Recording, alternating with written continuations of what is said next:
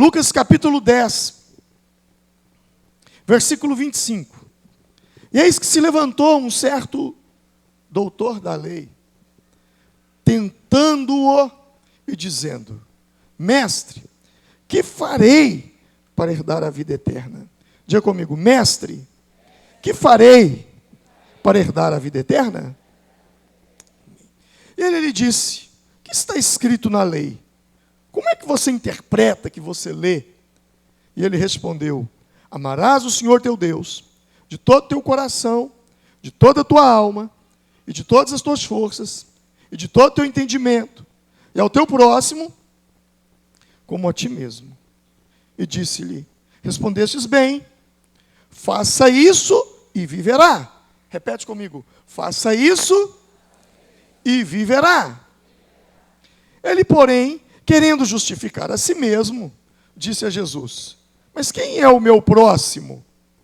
E respondendo Jesus, disse: descia um homem de Jerusalém para Jericó, e caiu na mão de assaltantes, salteadores, os quais o despojaram, e espancando-o, se retiraram, deixando-o meio morto.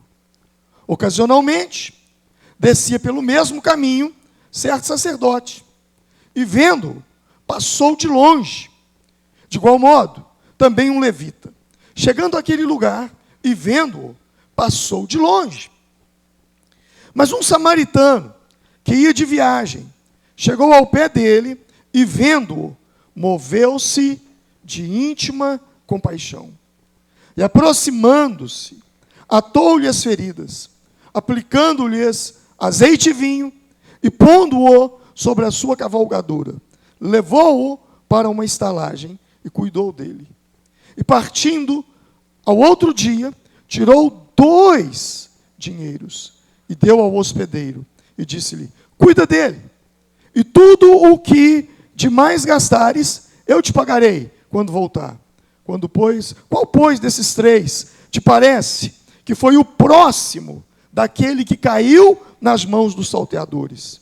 Ele disse: o que usou de misericórdia para com ele. E disse Jesus: vai e faz da mesma maneira. Amém. Senhor, eu quero te agradecer pela leitura da tua palavra. Quero pedir que o Senhor acrescente bênçãos a essa palavra e ela venha falar conosco, em nome de Jesus Cristo. Amém. Você já ouviu falar na parábola do bom samaritano? Mas essa parábola do bom samaritano, que é tão falada, e esse bom samaritano, que é tão usado com essa expressão em tantos meios, não só em meios cristãos, mas em meios seculares, essa expressão é tão usada de uma forma tão forte. O que me chama a atenção nessa parábola não é somente a parábola, mas é o contexto. O como ela surgiu, quando ela aconteceu, de que forma ela surgiu. Quando você começa a analisar o início do capítulo 10, Jesus envia os discípulos numa missão. E eles têm a missão de pregar a palavra, de servir o próximo, levando a palavra de Deus, levando o conhecimento, a salvação, a libertação. Quando eles retornam, e eles vêm com toda aquela euforia de terem sido usados por Deus, naquele momento de grande alegria, eles contando os testemunhos, narrando que através do nome de Jesus, enfermos eram curados, demônios eram expulsos, veio um certo doutor da lei, um homem formado perito na lei de Deus. E esse homem então faz uma pergunta para Jesus: mestre, o que eu farei para herdar a vida eterna? E ao fazer essa pergunta para Jesus, Jesus faz uma outra pergunta. Observe isso. Ouça. Quando você analisa a vida de Jesus, Jesus ensinava as pessoas fazendo perguntas. Se torne um bom perguntador, e você vai ver o quanto você vai crescer na vida. Jesus, ele responde uma pergunta com uma outra pergunta. Mestre, o que eu faço para herdar a vida eterna? E o que Jesus responde para ele? O que está escrito na lei? Como é que você interpreta? Ele então disse: amarás o Senhor teu Deus de todo o teu coração, toda a tua alma, todo o teu entendimento, e ao teu próximo como a ti mesmo. E ao mesmo tempo ele começou a justificar-se. E Jesus falou assim: então eu vou te contar uma parábola, uma história, para você entender quem é o seu próximo. E Jesus cita 3 pessoas nessa história: o sacerdote, aquele que ministrava no templo, o levita, aqueles que adoravam no templo, e o samaritano, alguém que era discriminado pelos judeus. Enquanto ele mostra 2 autoridades judaicas, levitas e sacerdotes, ele dá um contraponto mostrando alguém que era desprezado, o samaritano. Ou seja, alguém do norte de Israel. Os judeus eram judeus. Os samaritanos eram judeus que casaram com outros homens ou outras mulheres que não eram judeus. Eles eram povos mestiços. E por serem mestiços, eles não eram olhados com bons olhos. Houve também uma situação política que, se eu for entrar no mérito da questão, eu vou gastar muito tempo com isso. Mas só para você entender, o samaritano, ele não era bem visto. Não era bem visto. E naquela parábola, quando alguém é assaltado, vem um sacerdote, aquele que era a referência, aquele que era o homem do domingo à noite, da grande pregação, que falava do poder de Deus. Vem os levitas, aqueles que ministravam no domingo à noite. Estou falando domingo, na verdade, contextualizando a nossa realidade. Mas só que o fato provavelmente deve ter acontecido na segunda. Não foi no domingo. E esse é um problema. É que muitas vezes nós só somos cristãos no domingo à noite. Quando nós entramos por aquelas portas. E quando nós saímos, na segunda, nós esquecemos quem nós somos. Mas o fato veio que aparece um samaritano ali. E aquele samaritano, que era inferior ao sacerdote, inferior ao levita, desprezado, escória em Israel, agora ele vem e vê aquela pessoa caída, machucada, ele então faz o que o sacerdote deveria ter feito, que o levita deveria ter feito, que os religiosos deveriam ter feito, aqueles que eram o exemplo da fé, aqueles que estavam no altar do templo, deveria ter feito, mas não fizeram. Ele cuida daquele moço. Ele ampara aquele necessitado. E Jesus pergunta ao escriba: quem era o próximo daquele homem que estava ferido e caído? Aquilo foi um tapa de luva no rosto daquele escriba, daquele fariseu. Um tapa. Porque ele não podia dizer que era o sacerdote, que era a sua referência de religião. Ele não poderia dizer que era o levita, que era a sua referência. Ele tinha que dizer justamente daquele a quem ele desprezava, que era o samaritano. Bom, essa é a história. Mas o que move tudo aqui é essa pergunta: o que eu preciso fazer para herdar a vida eterna? O que você responde quando as pessoas te fazem essa pergunta? Se alguém vier até o seu encontro e dizer assim: fulano, eu vejo você com a Bíblia na mão, eu vejo que você frequenta lá a igreja que o pastor Alvim prega nos domingos, eu vejo que você frequenta a célula, me diz, o que eu faço para ser salvo? O que eu faço para herdar a vida eterna? O que você diria para essa pessoa? Talvez nós teríamos muitas respostas, mas eu acho que a maioria delas seria: aceita Jesus como seu Salvador. Talvez essa seria a resposta básica de todos nós. Você precisa entregar sua vida para Jesus. Mas o fato foi que um dia alguém fez essa pergunta para Jesus. E qual foi a resposta que Jesus deu àquela pessoa. E eu quero me deter na resposta de Jesus. A resposta que Jesus deu a alguém que lhe perguntou o que ele deveria fazer para receber a vida eterna. Interessante que essa não foi a primeira vez que alguém faz esse tipo de pergunta para Jesus. Alguns capítulos mais adiante, 8 capítulos à frente, Jesus se depara com um jovem rico. E esse jovem rico faz a mesma pergunta para Jesus. Ele diz a Jesus: bom mestre, que farei eu para herdar a vida eterna? E Jesus diz: você conhece os mandamentos? Ele diz: eu faço tudo. Olha, dos mandamentos, olha, eu obedeço pai e mãe, eu não adultero, eu não mato, eu não roubo, eu não faço, eu não digo falso testemunho, honro meu pai e minha mãe. E Jesus então disse: se quer ser perfeito, então vai, vende tudo o que você tem e dá aos pobres. E aquele moço entristeceu, e entristeceu muito com aquilo. Bom, você não vai ver Jesus falar isso com todo mundo. Você não vai ver Jesus mandar as pessoas vender suas propriedades, suas riquezas e dar aos pobres. Você não vai ver isso. Ele falou isso especificamente com esse moço. Por quê? Porque esse moço tinha o seu coração na riqueza. Ele tinha o seu coração no dinheiro. O dinheiro para ele era uma idolatria na vida dele. Tudo aquilo que é uma idolatria na nossa vida, nós seremos desafiados por Deus a deixar de lado. No caso desse moço, era o dinheiro. Talvez no seu caso, seja um carro. Talvez o seu relacionamento, sua vida sentimental, sua vida conjugal. No caso de Abraão, Deus pediu a ele quem? Você lembra? Isaac. Porque Isaac talvez estivesse tomando o lugar de Deus no coração de Abraão.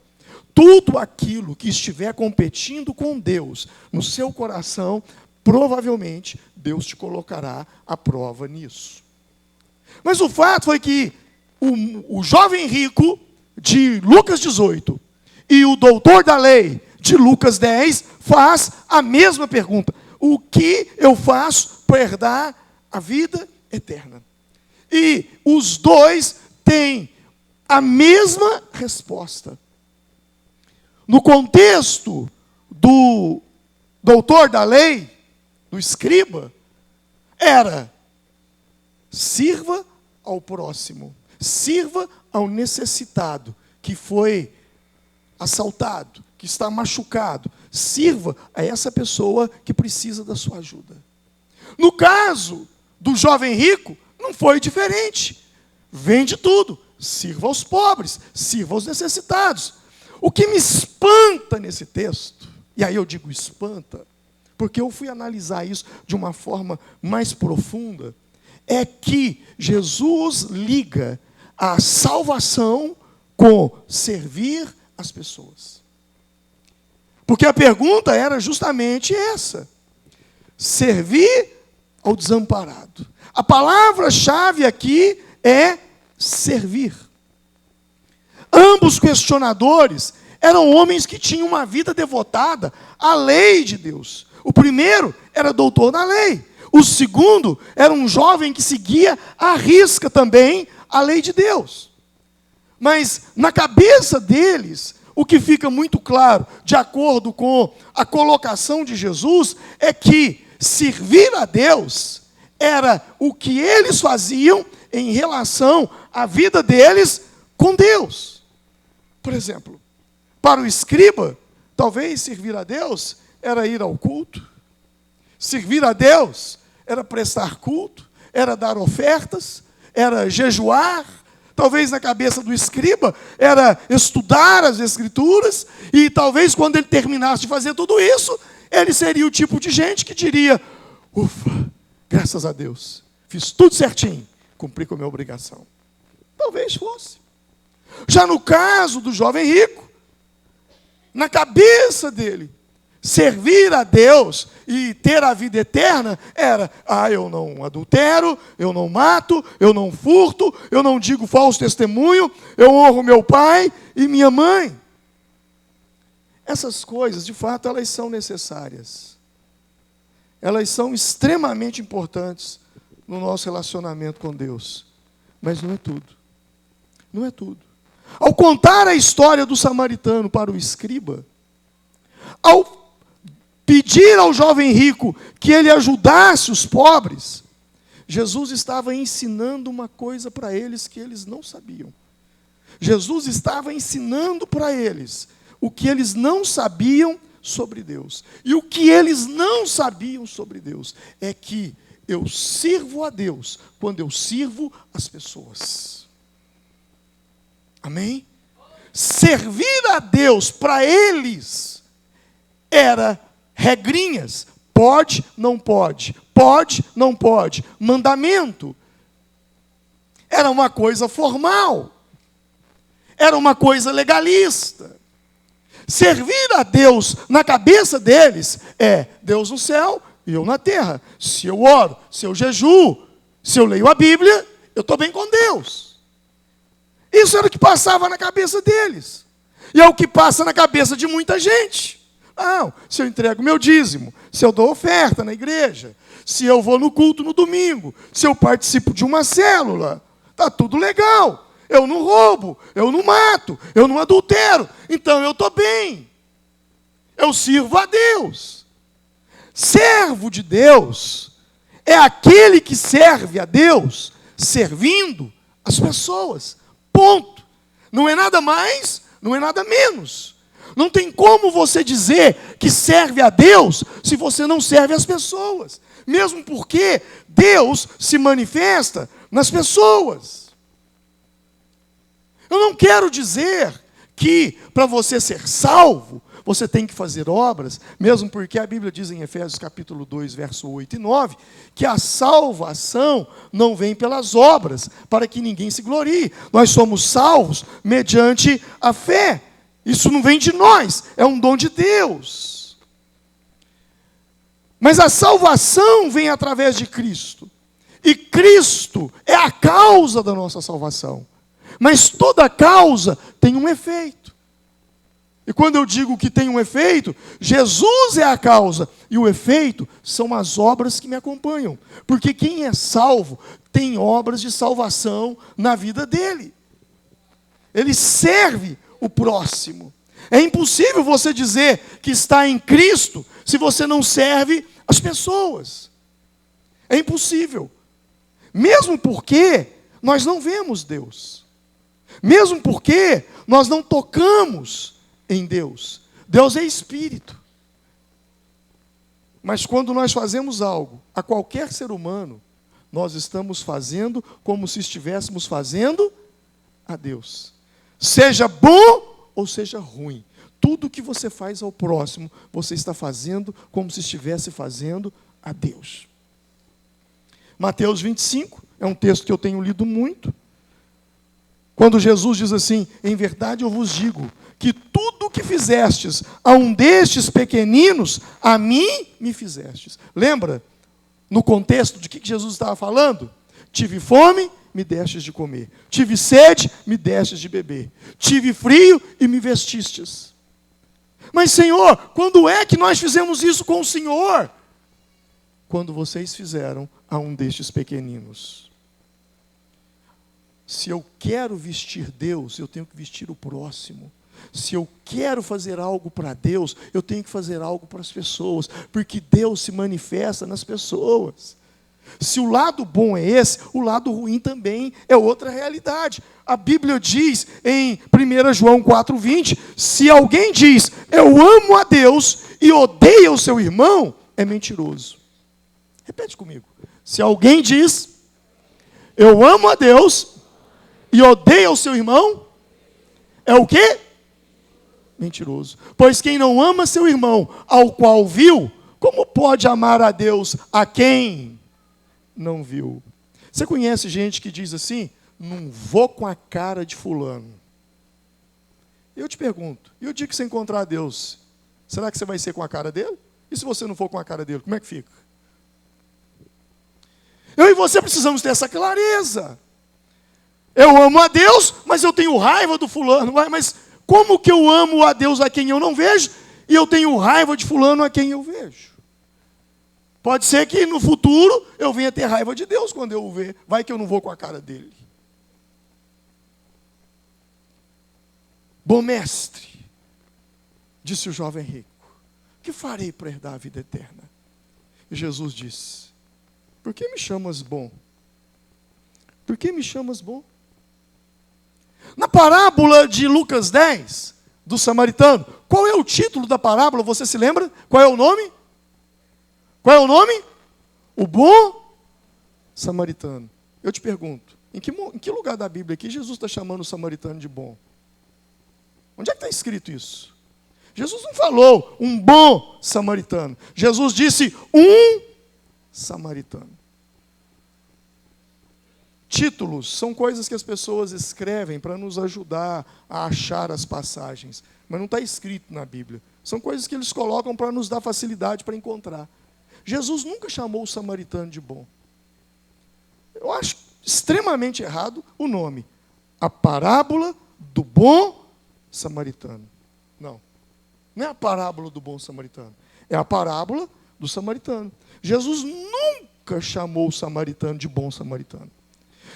Se eu pudesse colocar um título nele, então, eu colocaria talvez aqui assim, a parábola do justo samaritano. Porque o que o samaritano fez, além de bondade, foi um ato de justiça.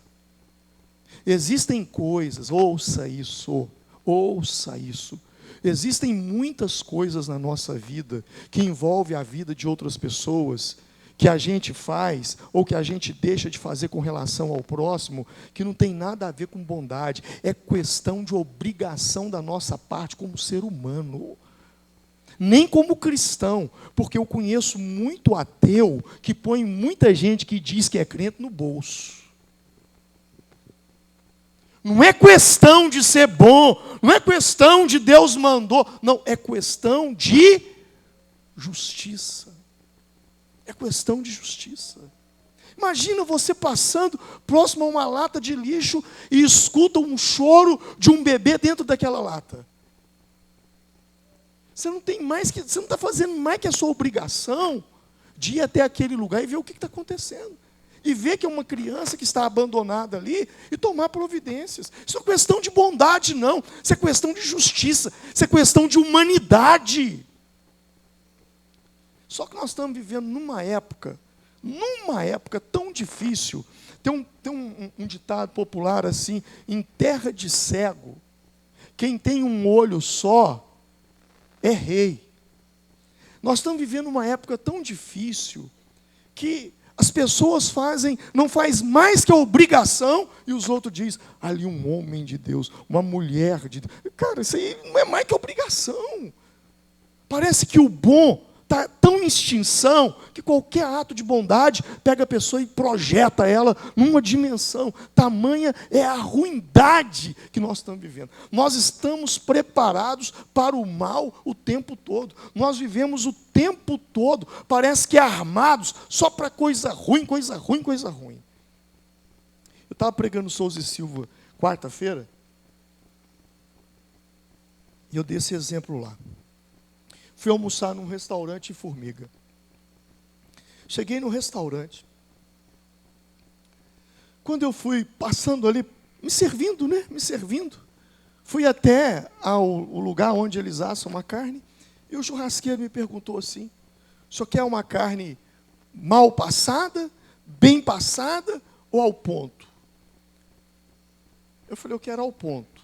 Lembra, hein? O dia que você me convidar para ir jantar na sua casa, fazer um churrasco, ao ponto. E ele olhou e falou, olha, eu não tenho. As que eu tenho aqui eu não tenho. Mas o senhor pode fazer o seguinte, pode sentar lá na mesa do senhor, que eu vou fazer aqui agora e eu mando entregar lá. Eu falei, opa, brigadão, amigo. E assim eu fui para a minha mesa, sentei com minha esposa, e almocei, daí a pouco chega um garçom lá, e está aqui a sua carne, obrigado. Agradece o churrasqueiro lá por mim. Bom, quando eu estava saindo, eu passei no caixa, fui acertar, e virei vi que os proprietários estavam ali perto, falei, chamei ele, falei, vou te contar uma coisa. eu fui ali na churrascaria ali do seu restaurante, na parte de churrascaria, e o churrasqueiro me perguntou se eu queria carne bem passada, mal passada ou ao ponto. Só que ele não tinha. Eu falei, queria ao ponto, ele não tinha. Ixi, já sei. Não fez sua carne, né? Eu falei, não, espera, deixa eu terminar. E aí, ele falou comigo assim, olha, pode ficar tranquilo, senta lá, que eu mando levar para você. Ah, já sei. Esquecer de entregar lá na mesa, né? Eu falei, não, calma, deixa eu terminar. E passado um tempo, nem 5 minutos, veio o garçom e entregou a carne. Não estava do jeito que você pediu. Eu falei, não. Eu quero te dizer, é que você tem um churrasqueiro muito top, valoriza esse funcionário. Porque ele é tão desembolado, que ele viu que a carne não tinha, ele já providenciou. Outro já providenciou, falou, não, deixa que eu mando te entregar lá. Quer dizer, é o tipo de gente que tem falta no mercado. Porque ele simplesmente poderia ter dito, não tem, o que você quer? Quer outra? Não, então o problema é seu, eu não vou te servir, porque não tem. Não, mas é um cara que resolveu a situação, valoriza. Aí eu virei para ele e falei assim, você está tão acostumado com crítica, né? Que quando alguém vai te elogiar, você se arma todo. Mas é o que a gente vive nesse mundo. E a gente não pode ser assim. Nós temos que desarmar um pouco. Nós estamos tão preparados para as coisas ruins. Sabe, quando alguém já fala, preciso ter uma conversa com você, você já imagina. Ai, ai, ai. Nós já fazemos julgamentos dentro de nós e nós já fazemos tanta... Sabe, a gente já pensa tanta coisa ruim. Tanta coisa ruim. Jesus nunca chamou aquele samaritano de um bom samaritano. Na verdade, ele viu foi uma situação e agiu com justiça. Quando é que eu sei, pastor, que eu estou agindo com justiça? É quando eu faço pelos outros o que eu gostaria que os outros fizessem por mim. Isso sim é um ato de justiça. Existe uma diferença entre ser bom e ser justo. E muito grande. Por isso, talvez, erraram aqui quando colocaram o bom samaritano, o justo samaritano, na minha opinião. E quando o jovem rico diz, bom mestre, que farei para herdar a vida eterna, Jesus lhe diz, por que me chamas bom? Bom é o Pai. Porque Jesus falou justamente isso. Por quê? Porque eu e você precisamos ter em mente que quando nós fazemos caridade, nós não fazemos caridade porque nós somos bons. Nós fazemos caridade porque é um ato de justiça. Não ajude ninguém por bondade. Ajude por justiça. É justo que eu ajude aquela pessoa. É justo que eu sirva aquela pessoa. Isso é justiça. Bondade a Deus. Quando eu digo isso, eu quero que você entenda o seguinte.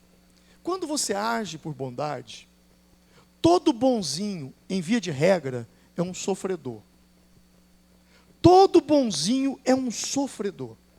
Sofre por quê? Porque ao agir como bonzinho, ele imagina que a pessoa que está sendo alvo da bondade dele tem a mesma obrigação de agir com ele da mesma forma. E é aí que entram as decepções. Observe, as pessoas que você mais ajudou são as que mais te decepcionaram.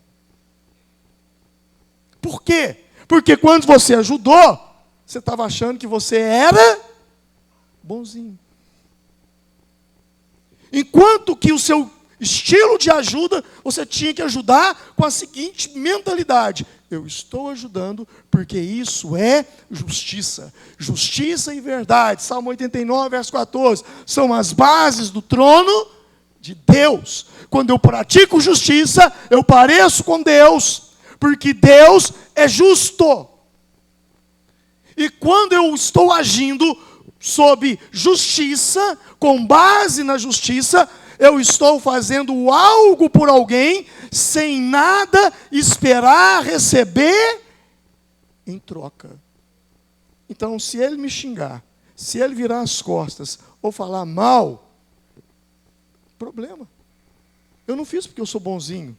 Eu fiz porque deveria ser feito. Porque isso é um ato de justiça. Isso me faz decepcionar menos com as pessoas. E por outro lado, o bonzinho apanha demais na vida. Sabe por que o bonzinho apanha demais na vida? Porque o bonzinho não consegue falar não. Vira para a pessoa que está do seu lado e diz assim, não. Você tem que aprender a falar não.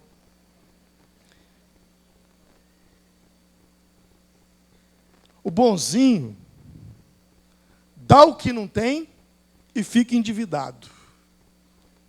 Dá o que não tem e fica endividado. Com uma dívida que não era dele.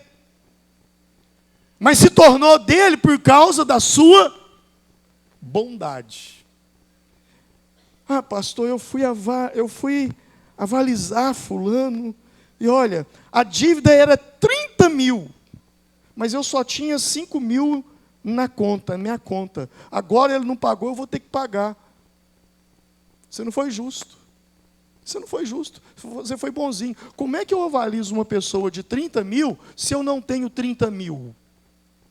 Para mim avalizar alguém, eu tenho que ter a mesma quantidade. Sabe o que a Bíblia diz sobre isso? Provérbios 22, versículos 26 e 27.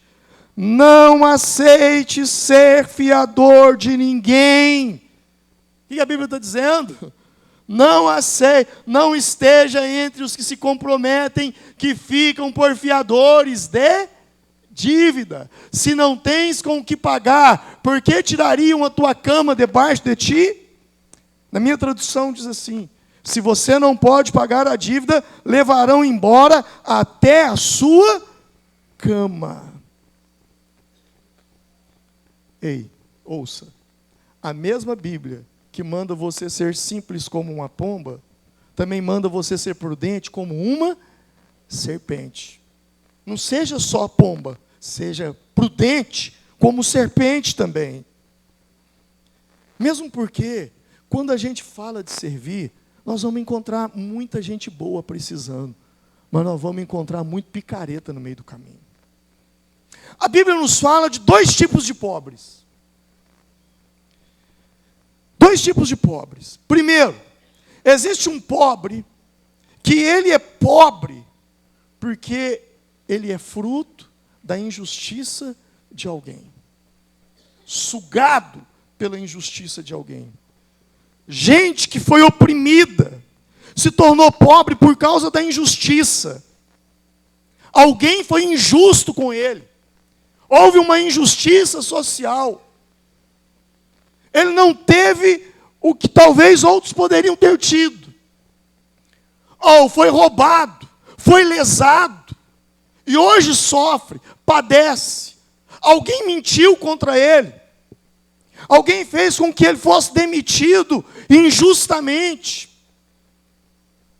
A esses, a Bíblia diz em Jeremias 22:13, ai daquele que edifica a sua casa com injustiça, e os seus aposentos sem direito, que se serve do serviço do seu próximo sem remunerá-lo, e não lhe dá salário do seu trabalho. Gente que é sugada, gente que é manipulada, gente que é usada. A Bíblia fala de pessoas que são pobres porque são manipuladas. Pessoas que são pobres porque são abusadas. Não recebem o que lhe é de direito. Mas a Bíblia também fala que existe outro tipo de pobre.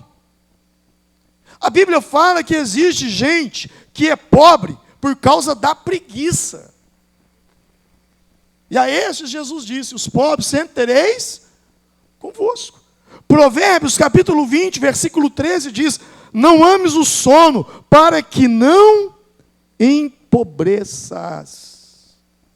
Gente que dorme até tarde vai ficar pobre. Abre os teus olhos e te fartarás de pão. Provérbios 10, 4. As mãos preguiçosas, o quê? Empobrecem o homem, porém as mãos diligentes lhe trazem riqueza. A Bíblia está falando isso aí. Existe o pobre, que é pobre porque é preguiçoso. E esse, você pode fazer o que você quiser com ele. Ele sempre vai precisar de você. Porque ele não quer trabalhar. Ele não quer utilizar aquilo que você deu para ele aproveitar e sair daquela situação. Não, aquilo é um vício, é uma cultura, é um espírito de miséria na vida dele. Ele vai ficar ali. Então, quando eu digo, quando você age com justiça, você age sem nada querer receber em troca. O jovem rico, quando chamou Jesus de bonzinho, bom mestre, eu fico imaginando no final da conversa. Porque quando Jesus fala com ele, vai lá, faz isso e aquilo, vende tudo, eu tenho certeza que no final da conversa, para ele, Jesus já não era um bom mestre, era um mau mestre. Já era alguém que para ele era detestável. Quando você se coloca como bonzinho, você é bonzinho até você dizer não. Porque depois que você diz não, aí você torna um malzinho. Você pode ajudar a pessoa o tanto que for. Você pode fazer uma casa para ela. Se ela for ingrata, se você não conseguir dar a fechadura da porta, acabou. Não valeu nada tudo aquilo que você fez. Agora, se você é bonzinho, você sofre com isso. Agora, se você é justo, você diz, eu fiz porque deveria ser feito. Se reconhecem, não é problema meu. Se vão falar mal, não é problema meu. Eu fiz sem nada receber em troca. E quando eu falo eu fiz sem nada esperar receber em troca, às vezes, nem um agradecimento. Mas fiz porque tinha que ser feito. E por outro lado, quando fala-se dessa questão da bondade e da justiça, é melhor, e eu digo, é melhor a justiça cega do que a bondade injusta. Diga comigo, é melhor a justiça cega do que a bondade injusta. Parece paradoxal, bondade injusta, mas é isso mesmo. Às vezes, a bondade, ela é injusta. Quantos filhos hoje são delinquentes? Porque o pai foi bom demais, enquanto o pai deveria ter sido justo. Posso dar outro exemplo. A pessoa te pede uma ajuda, está claro que ele está te pedindo uma ajuda para pegar aquele dinheiro, comprar uma pedra de crack, comprar um litro de cachaça, se embriagar, se drogar, e aí você vai ser bonzinho. Essa sua bondade em ajudá-lo é uma bondade injusta, porque a sua bondade está fazendo mal para aquela pessoa. Quem está entendendo? Amém? Então, às vezes, é melhor a justiça cega do que a bondade injusta. A bondade sem justiça, ao invés dela ajudar, ela atrapalha. E eu volto para o texto, na parte que Jesus disse, vá, faça isso e viverás. Vá, faça isso e viverás. Jesus, ele deixa claro que aquele homem, Jesus deixa muito claro ali, para aquele homem, que na cabeça dele, não havia uma conexão entre salvação, vida eternas, com salvação e vida eterna, com amar as pessoas, boas obras, servir ao próximo. Na cabeça dele não havia isso. Não, se eu oro, jejuo, estou bem. Não, se eu vou lá e faço isso e aquilo outro, eu estou ótimo. Jesus ali mostra uma conexão.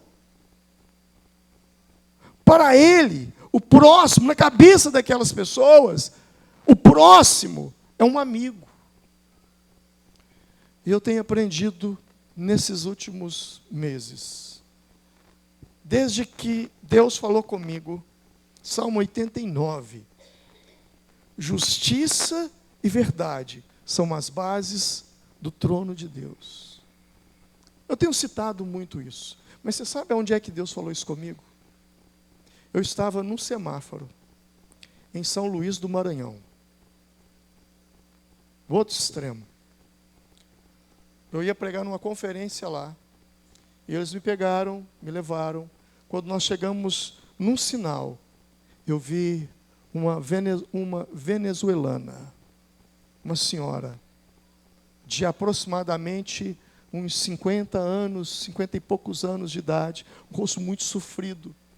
Ela tinha uma criança aqui, uma outra criança aqui, e um menininho sentado lá, e ela ia no sinal, pedindo ajuda. E eu perguntei ao pastor, quem é essa mulher? Quem são essas pessoas? Ele disse, são as pessoas que fugiram da Venezuela por causa da crise que está instalada lá. Na mesma hora eu pensei, mas São Luís do Maranhão não divide com Venezuela. Eu falei assim, mas como é que esse povo veio parar aqui? Eu falei, essa é uma boa pergunta. Eles atravessaram o Amazonas, eles atravessaram Rondônia, Roraima, não sei, não me lembro, foge aqui agora o mapa, para chegar até aqui. Naquele momento o Espírito Santo me disse, justiça e verdade são as bases do trono de Deus. Não importa, ela precisa de justiça. Ela precisa de justiça. Sabe, naquele momento Deus começou a trabalhar isso no meu coração. E aí eu comecei a perceber que o próximo, muitas vezes, ele é invisível. Diga comigo, o próximo é invisível. É gente que você passa o tempo todo, mas não consegue ver. Para aquelas pessoas ali, aquela mulher era alguém invisível. Para mim, ela foi visível porque era diferente. A gente não vê isso aqui. Mas talvez se eu morasse lá e vivesse lá, ela seria uma invisível. Como muita gente que passa por nós, que mora ao nosso lado, que está padecendo, que está precisando de uma palavra, precisando de Deus, esse Deus que Deus colocou na nossa vida, precisando de algo que nós possuímos, mas nós não vemos, porque muitas vezes aqueles aos quais a Bíblia chama de próximo, eles são invisíveis aos nossos olhos. A gente não vê, a gente não enxerga, a gente não enxerga. Mas quando você começa a conectar céu e terra, como Jesus estava dizendo, vida eterna, com servir ao próximo, quando você começa a fazer essa conexão, coisas poderosas começam a acontecer na sua vida. Quando você começa a conectar Bíblia, santidade, oração, adoração, coisas do alto, com coisas de Deus na terra, como por exemplo fé, servir, obras, pessoas, ser voluntário, coisas incríveis começam a acontecer na sua vida e muita coisa invisível começa a se tornar visível e começa a te incomodar.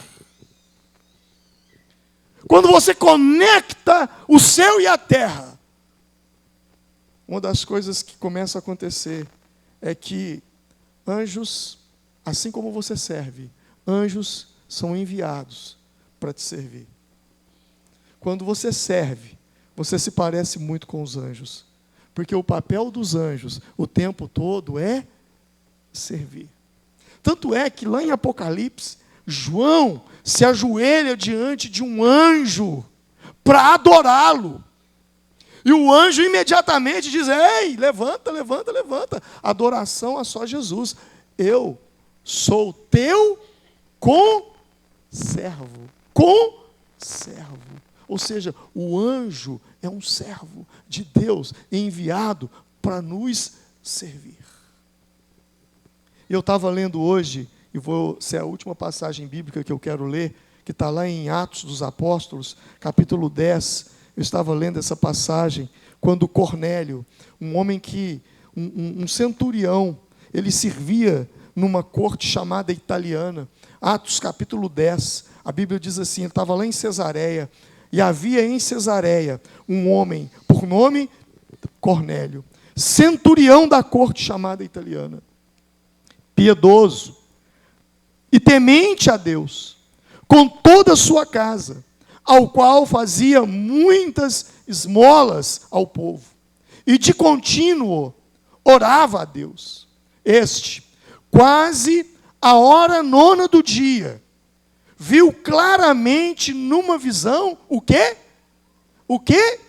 Um anjo de Deus, que se dirigia para ele e dizia: Cornélio! Este, fixando os olhos nele, e muito atemorizado, disse: Que é, Senhor? E o anjo lhe disse: As tuas orações e as tuas esmolas têm subido para a memória diante de Deus. Sabe, em duas traduções, na tradução da linguagem de hoje, nova tradução linguagem de hoje, o versículo 4 vai dizer assim: E o anjo respondeu: Cornélio, Deus aceitou as tuas orações e a ajuda que você deu aos pobres, e Ele não esqueceu de você. Na tradução, a mensagem, o anjo disse: As suas orações e seus atos de bondade chamaram a atenção de Deus. Diga comigo: oração e atos de bondade. Oração e atos de bondade. O que você faz quando você ora, você está falando do céu. Quando você provoca atos de bondade, como uma cultura de justiça na sua vida, você está cuidando de coisas de Deus na terra. Então é oração e servir na terra. Você ora a Deus, mas você faz coisa com as pessoas na face da terra. Quando você une sua vida de oração, sua vida de consagração, sua vida de busca a Deus, quando você une essas coisas com aquilo que você faz na terra, ajudando. Cornélio, ele ajudava os judeus. Ele dava ajuda aos judeus, sem nada querer em troca, porque é o tipo de gente que não podia dar nada para ele em troca. Mas a Bíblia diz que quando o anjo vem, o anjo menciona duas coisas: as suas orações e a sua ajuda ao próximo. Hoje, se Deus vem através de um anjo até você, como é que estariam essas duas coisas na sua vida? Sua oração, o que diz respeito à vida eterna, às coisas celestiais, e seus atos de bondade aqui na terra. Como é que você estaria diante dessas duas coisas? Nas minhas orações, pastor, está mal. Eu ajudo muito, mas eu oro pouco. Nossa, eu oro muito, mas eu não faço nada. Eu não sirvo em nada. Eu não sirvo em nada.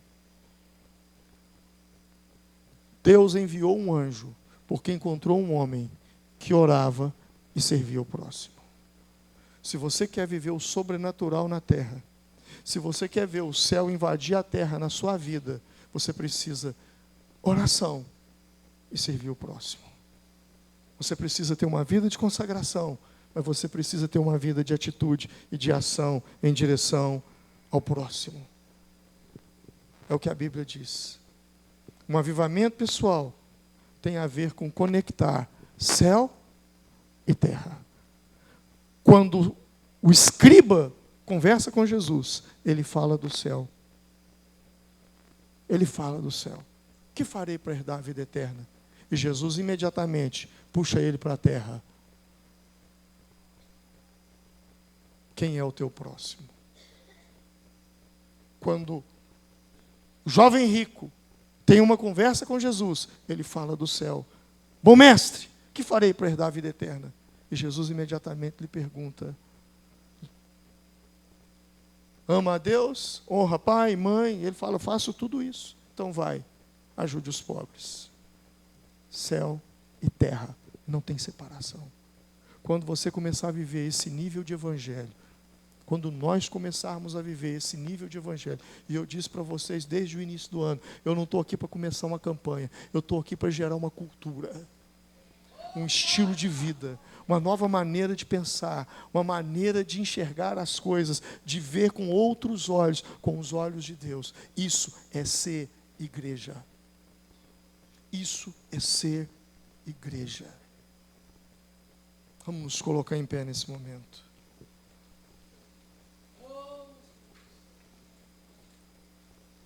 Feche os seus olhos. Curva a sua cabeça nesse momento.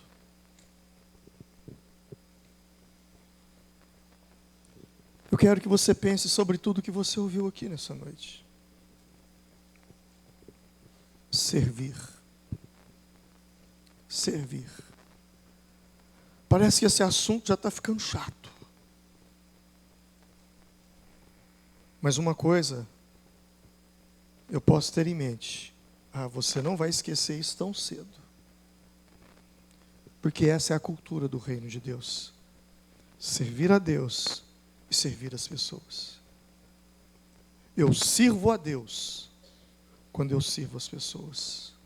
Eu sirvo a Deus quando eu me coloco à disposição de Deus para abençoar ao necessitado. E quem é o necessitado? Se existe um velório, nessa cidade, existe um necessitado. Se existe um fórum, um tribunal nessa cidade, existe um necessitado. Se existe uma UTI nessa cidade, existe um necessitado. Se existe divórcios nessa cidade, existe necessitado. Se existe órfão nessa cidade, existe necessitado.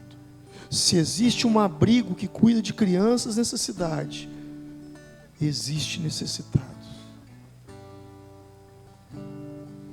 Se existem pessoas que dependem exclusivamente do governo, com Bolsa Família, existe necessitado.